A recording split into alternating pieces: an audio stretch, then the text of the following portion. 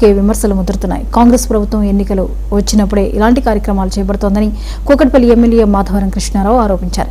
గోదాముల్లో నిల్వ ఉంచిన చీరలను ఇప్పుడు పంపిణీ చేస్తున్నారని విమర్శించిన ఆయన చీరల పంపిణీలో ఐరిస్ స్కాన్ విధానాన్ని అమలు చేయడంపై కూడా ప్రశ్నలు లేవనెత్తారు. ప్రజల వ్యక్తిగత వివరాల సేకరణ వెనుక ఉద్దేశం ఏంటో ప్రభుత్వం స్పష్టత ఇవ్వాలని డిమాండ్ చేశారు.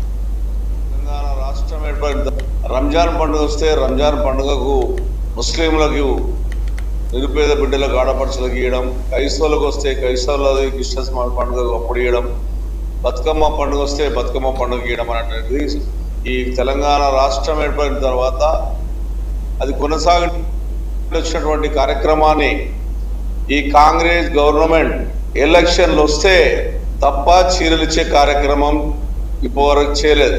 లేదంటే ఎవరైనా ఎమ్మెల్యే చనిపోతే బై ఎలక్షన్లు వస్తే చీరలు ఇచ్చే కార్యక్రమం పెట్టుకున్నటువంటి దుర్మార్గమైన చర్యలో కాంగ్రెస్ పార్టీ ఉంది. ఇప్పటిదాకా వాళ్ళు ఆశ ఎలక్షన్లు వస్తే చీరలు ఇవ్వాలి, ఎవరైనా ఎమ్మెల్యే చనిపోయి మళ్ళీ బై ఎలక్షన్లు వస్తే చీరలు ఇవ్వాలన్నటువంటి ఆలోచన తప్ప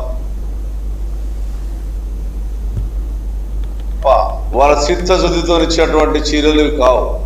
సరే సంతోషం ఇప్పుడు చీరలు ఇచ్చినందుకు ఇన్ని రోజులకైనా స్పందించారు. మా కుకట్పల్లి కాన్ఫరెన్స్ లో సుమారుగా 8 నెలల నుంచి రూమ్లల్లో ఒక్కో రూమ్లో ప్యాక్ చేసి పెట్టి 8 నెలలు అయింది.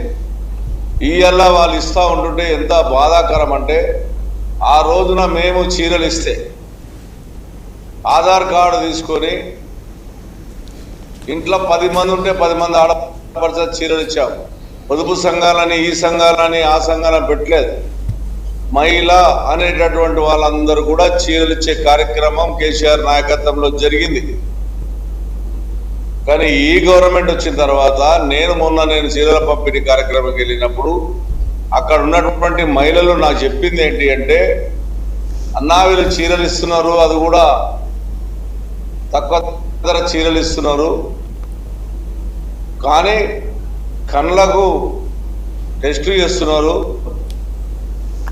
అదేవిధంగా చీర భుజం మీద వేసుకోవాలి, వేసుకొని ఫోటో తీస్తే తప్ప చీర వేయట్లేదు.